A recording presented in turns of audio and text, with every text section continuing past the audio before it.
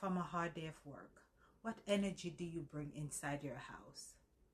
That I call entering the room. For me, I come home and I have a debriefing with myself in the garage before I open the door.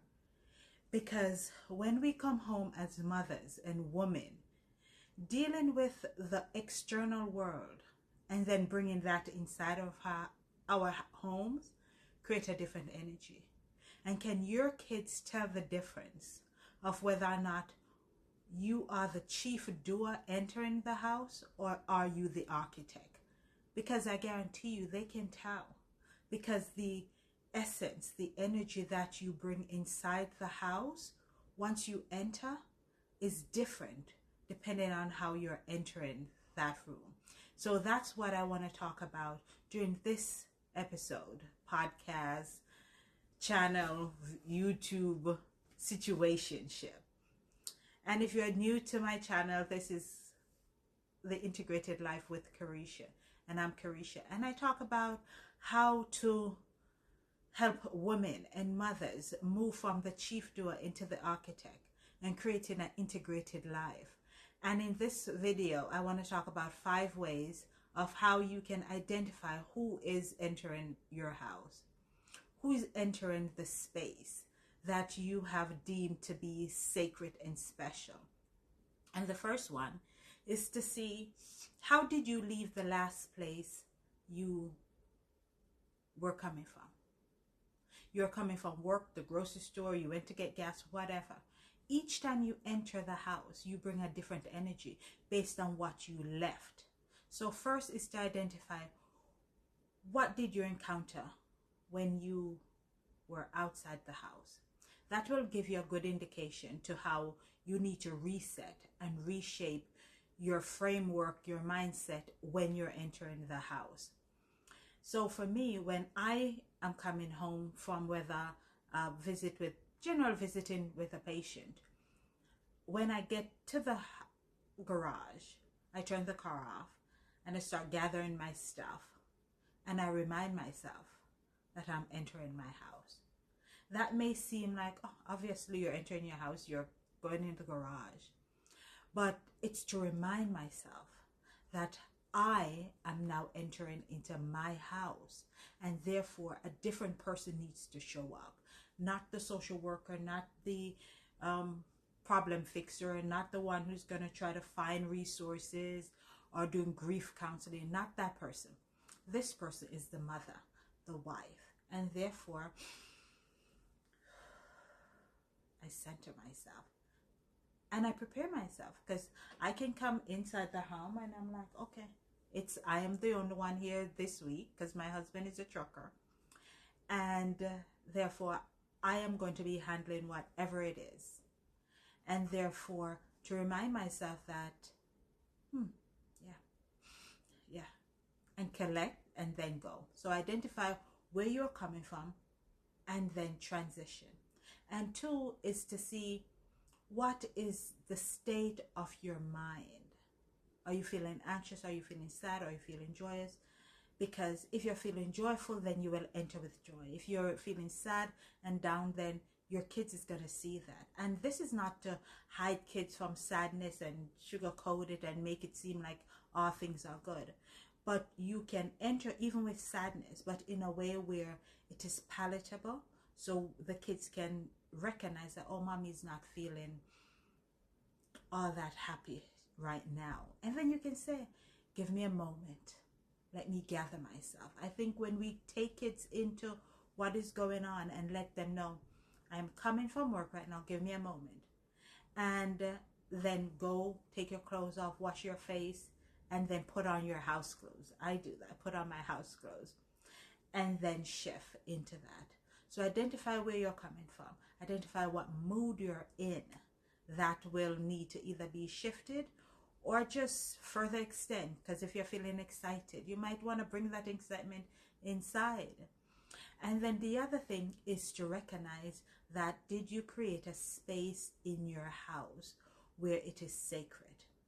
That your bag go there, your computer go there, because whether or not you think it is important, the state of your internal being is an expression outward. So if you have a chaotic situation, I keep my house in a certain way. It is generally well kept, right? That's me. That's my upbringing, and I like a clean environment, because clutter outside sometimes indicate, not all the time, but generally indicate clutter inside, clutter in the mind, clutter in the heart. So clean up the space. And then, do you have clear boundaries of what goes where? Do you have your work bag over here and your books over here and just all over? And in my book, The Integrated Life, a blueprint for mothers to go from chief doer to architect, I break down the room. Like, where's your sanctuary? Have you carved out a space? In my house, I have a dedicated space where I sit, in my couch, in the corner, and I read, I listen to podcasts, I just be. That is my space. That's where I do my debriefing, my Sunday morning ritual, getting ready for the next week, my planning. That's where it is. And in certain space, it is organized to where I know, because I need to have a set way of doing things, because things are going. It helps me. And I would invite you to click the link in the description to download the free PDF of organizing, completing the room section in the integrated workbook. So you can identify not only how do you enter the room, what energy are you bringing into the room, but have you created a space for containing what energy and how to function within your house. I'm not going to say you need to clean up this, even though I am, create space. Create space, because once you create space, you will see the difference it makes to have a set place for a set thing. Every area in your room, in your house, in each room deserve to say, okay, this is what we do in here, this is what we do in there. So not only is it an external thing, but I am compartmentalizing on the external, so I learn how to compartmentalize. And compartmentalization is a big word, fancy word. In social work, we use it because it is putting things in different boxes. So we address it at different stages so we don't feel overwhelmed. And the other thing with the room and the house is that, do your kids recognize that, okay, mommy's in this state? And what have you done to have them be an active participant in the whole entering into the house?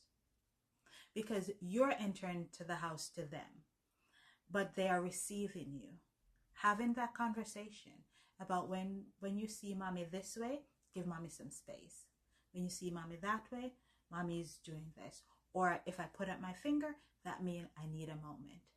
If I do this, then have the kids engage. And that's what I want to say. I know I say I'm going to give you 5, but I think that is enough for you to just start to reassess, how am I entering my house? What energy am I bringing into my house? And that is huge. Whether or not you think so or not, it is huge, because how you enter then change the trajectory. You set the atmosphere for whoever is inside your house. And I would say, as mothers, as women, we are the thermostat.